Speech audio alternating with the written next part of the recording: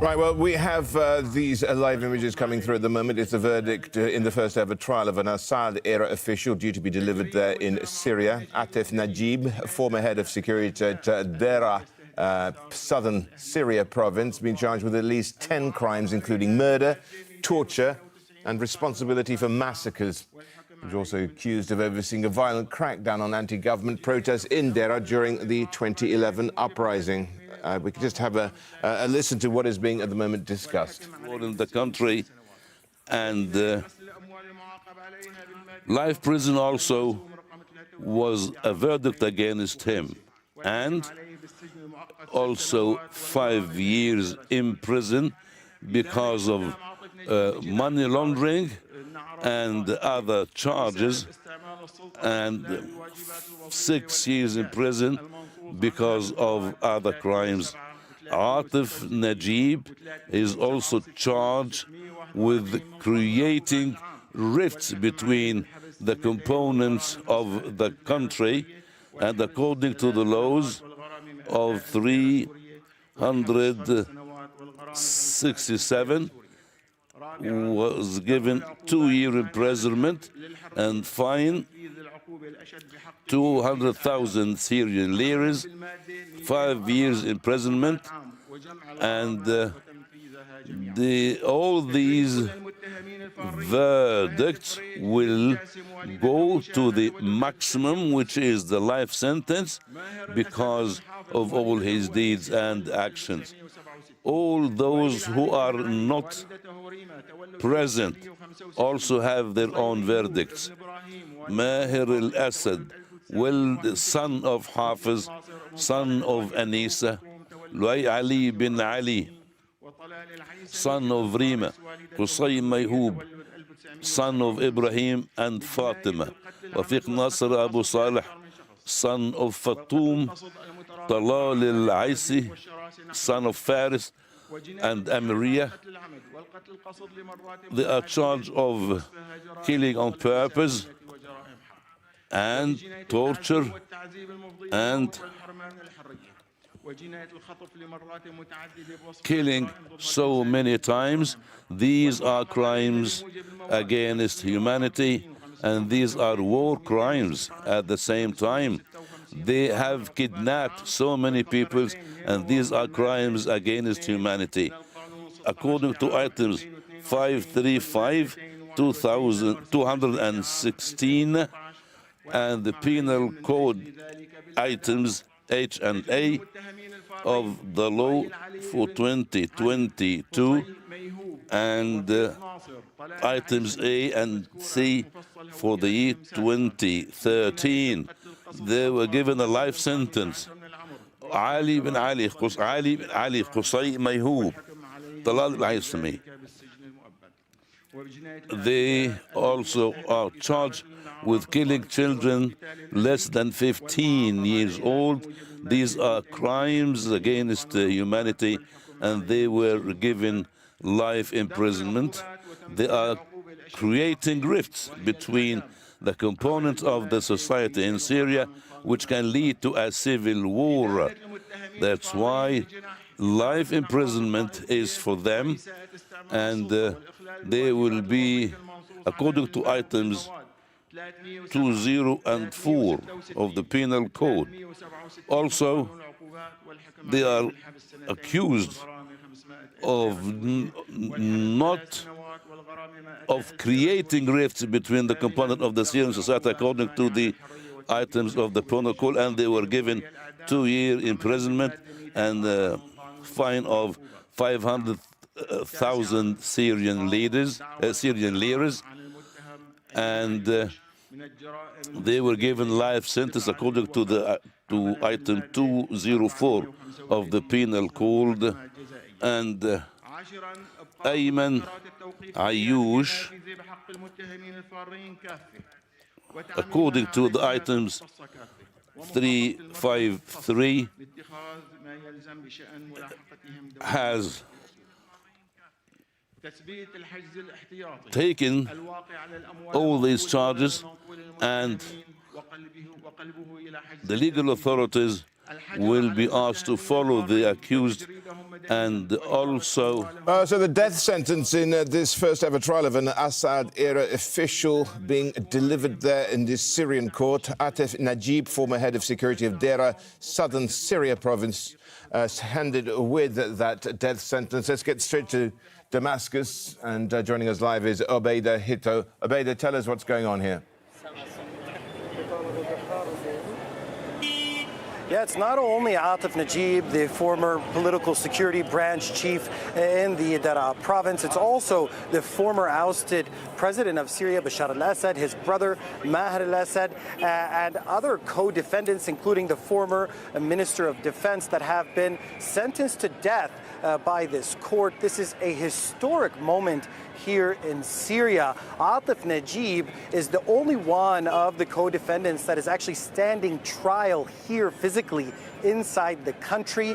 The other co-defendants are all being sentenced in absentia. The judge has been reading out a statement that is describing the decision process and the legal process that has been going on since January 31st, when Atef Najib was captured in Latakia province. He actually fled the country when Bashar al-Assad was toppled in December 2024, and then returned to Syria. Thereafter, he was captured in Latakia in January of this year, and since then, he's attended 8 court sessions, and today is the day of the sentencing. A historic moment indeed. People are gathered here around the courthouse and I think are relieved that this is happening in this way. Syria has come a long road since Bashar al-Assad fell. The country has been trying to reconcile more than 5 decades of dictatorship led by the Assad family. Over the last 18 months or so, the new transitional government passed a transitional constitution, which is the framework by which the legal system and the legal proceedings continued. The legal process has been quite difficult because Syria is not a party to many international accords for human rights, like the Rome Statute. There are also issues related to the laws that the new government inherited from the previous government.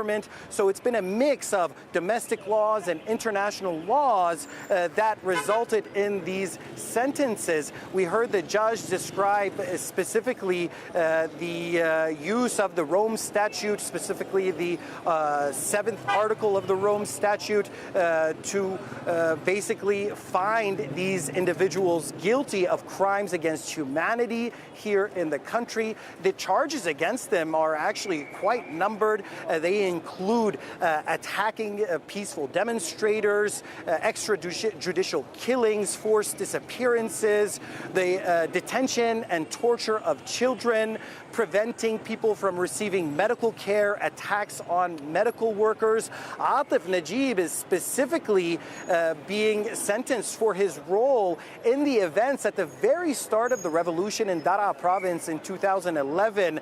This is when some young children were detained by the security forces in Dera for writing graffiti on a school wall against the regime at the time, and there was an incident where a police station was burnt, and because of those events, these children were detained. The people of Dera, their families went out and protested. They were demanding the return of these children. Some of them died in detention. Others were tortured, treated very badly. We spoke to one of those young men who is now grown up, but when he was detained, he was only 15 years old. He was tortured. He was spoken to in very poor ways.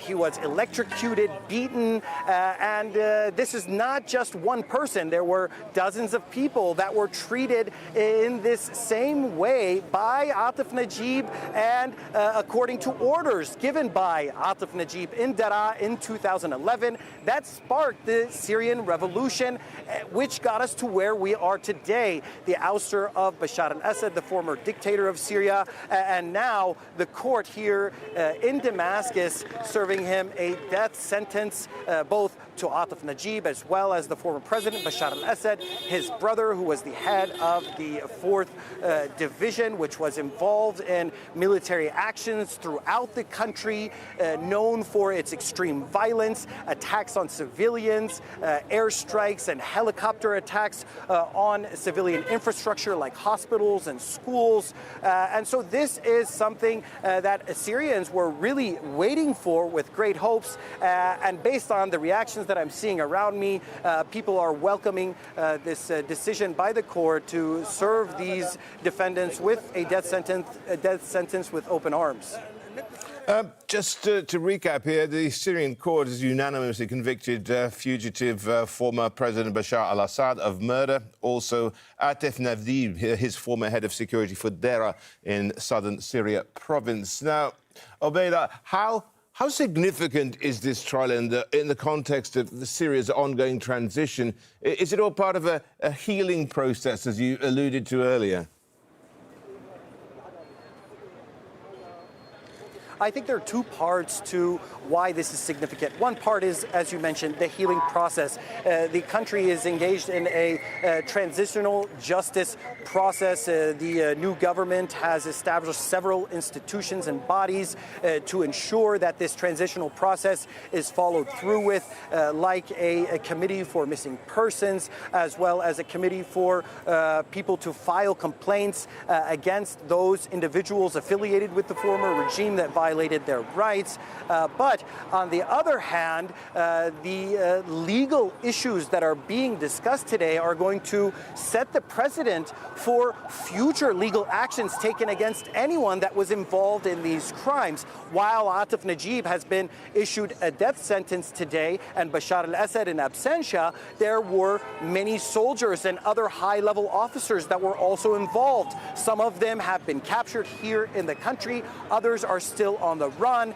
And this is going to set a very strong precedent for future legal proceedings against those individuals and not as soldiers as part of a military institution. And this is something that I think is going to bring a lot of relief to the Syrian people and opens the door for a healing process, like you said, for people here in Syria to recover from not only these last 15 years of violence, but also decades of dictatorial rule that saw the forced disappearance of people, torture and killing, and millions of people have been affected by these actions that were given by order from people like Atef Najib in support of Bashar al-Assad. But now all of that has come to an end, and people are going to be able to take a deep breath and start to heal after hearing these sentences given by the court here in Damascus. So, Obaida, how is this likely to be received on the streets of Damascus in particular? Well, I want to show you, if you will, allow me, I want to show you the courthouse. This is the courthouse here, and you can see how things are pretty smoothly running. Over the last several months, there have been many court dates where Atef Najib was physically brought here to the courthouse, attended the court proceedings. Witnesses have come and given their testimonies, some of them in public and some of them in private. There were many protests from people who were outside of the courthouse as well as inside of the courthouse, trying to pressure the government, basically saying that they wanted to see justice served. And today they've seen that, but you see things are fairly calm. There aren't any real celebrations here in the street, but there are people gathered around. You can see all across the sidewalk here, the people gathered around. They're hearing all of this information. I heard some people shout in celebration very briefly, and then they moved on. Things are going on pretty normally here, but I think most Syrian people are very welcoming of this decision because it's something they've waited for a long time. It's something that they've been asking for. They want to see these people that tortured their children, that displaced them from their homes, destroyed their communities for all of these years, be held to account for these crimes. And today, I think the Syrian people would tell you that the court has delivered on that promise.